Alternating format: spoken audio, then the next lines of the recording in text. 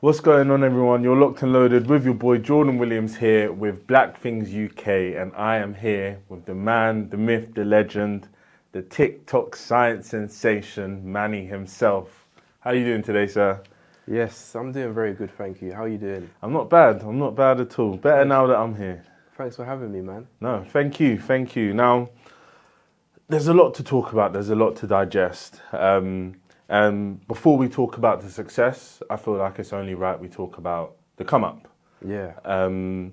Now, you've said on multiple interviews that you have a bachelor's and a master's in biomedical science.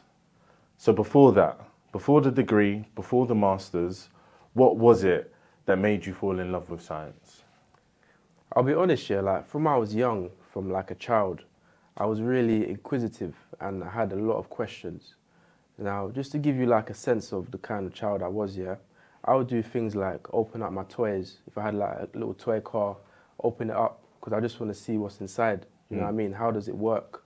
Like, what's going on in there?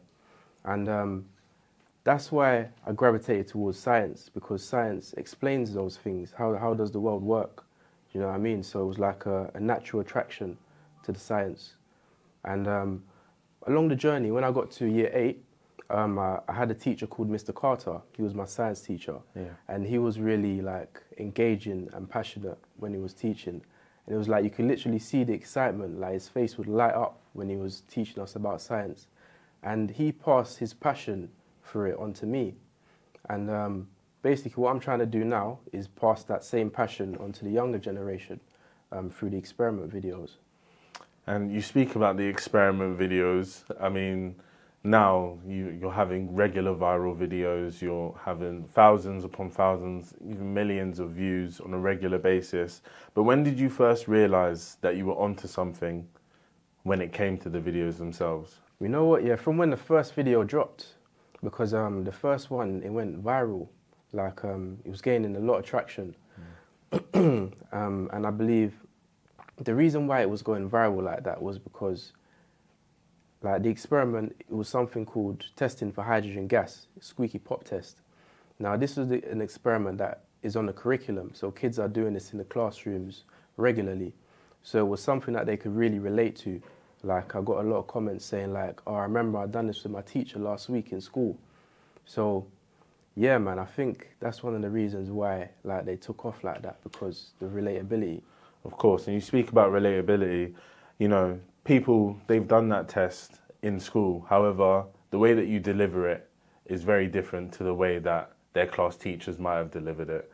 So when it comes to relatability, what is it when you made these videos that you thought, I'm going to be myself and I'm going to show how science can be fun in a way that my peers, people that come from the same background as me, will be able to relate and understand and digest? Yeah, the way that I narrate my videos and I teach science is quite unconventional. Like I use quite a lot of colloquial terms like "innit" or "wagwan" or "you done know," and yeah, like that's how I speak. Like where I come from, that's how we grew up speaking, and I find that speaking like that in the videos, yeah, it helps to make it more relatable and approachable for the students, because it's like you're getting that information from like a friend, like that's how you speak to your friends or family members. So it kind of like breaks down that barrier, because if you're getting it from like an authoritative figure, sometimes they'll be less receptive to that, but more receptive to their friends. So yeah, that was like the rationale behind the language that I use in the videos to create a stronger connection between the educator and the student, so they'll be more likely to take the information on board. That makes complete sense. And you called it unconventional, but the fact that, you know, you said this is how you'd speak to a friend, this is how you'd speak to a family member, surely that's what makes it conventional, if you know what I mean, in a sense. Yeah, definitely. But you know what it is? What I want to emphasize for young people though, yeah, is you have to be able to adapt to your environment and your surroundings. 100%. So when you're chilling with your friends, with your family, yeah, it's cool to say wagwan or you done know, do you know what I mean? But when you're in a professional environment, you have to adapt the language that you use, and you have to use language that is appropriate for that setting. So obviously me, I'm at home making my videos in my garden, so I can talk how I want, do you know what I mean? Yeah. But yeah, man, I just want young kids to know that you have to adapt. There's a time and a place for everything, right? Exactly. Time and a place for everything. Completely agree. And speaking of time and a place, I feel like now is the perfect time to talk about your first book, Science is Lit. It is. Science is lit. Science is Lit. Science is lit. Big Manny, coming out on the 8th of August. I can see the smile on your face has just changed as soon as we've spoken about this book. Tell me about the book. Yeah, man. So this book, it took me about 10 months to write it. And yeah, man, I loved it. It was a very enjoyable process. And in this book here, we've got a lot of experiments in there that kids can do at home with their families. Because, yeah, man, I wanted to get people involved with science in a way that they can actually do the experiments themselves. Not just watching the videos, but you can, like, partake in it. And yeah, that's what I wanted to do. I wanted to bring science to life.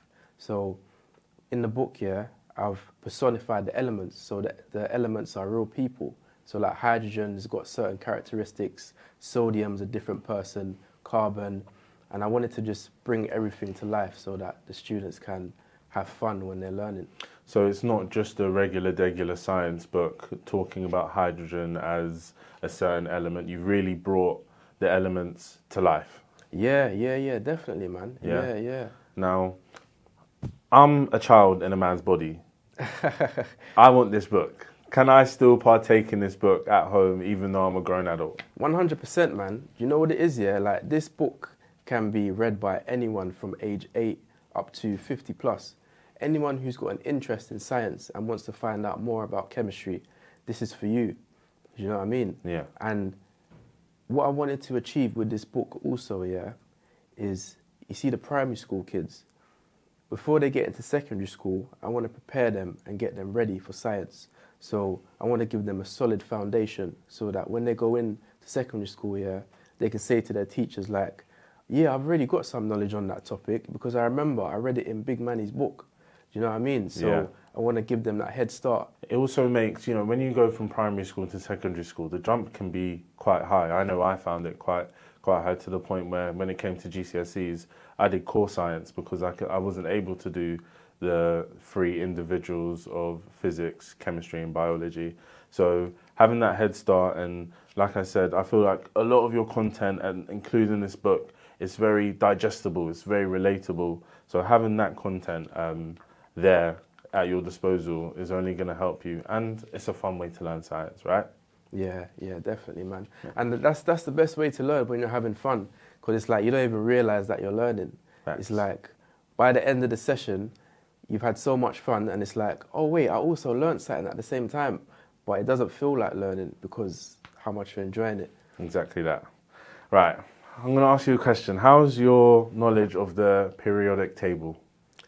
I would say it's decent. Strong? Decent knowledge, yeah. Okay, say, yeah, so if strong. I said, what's the periodic table name for nitrogen, you would say? N. Solid. And if I said potassium, you would say? K. And if I said barium, you would say? Ba.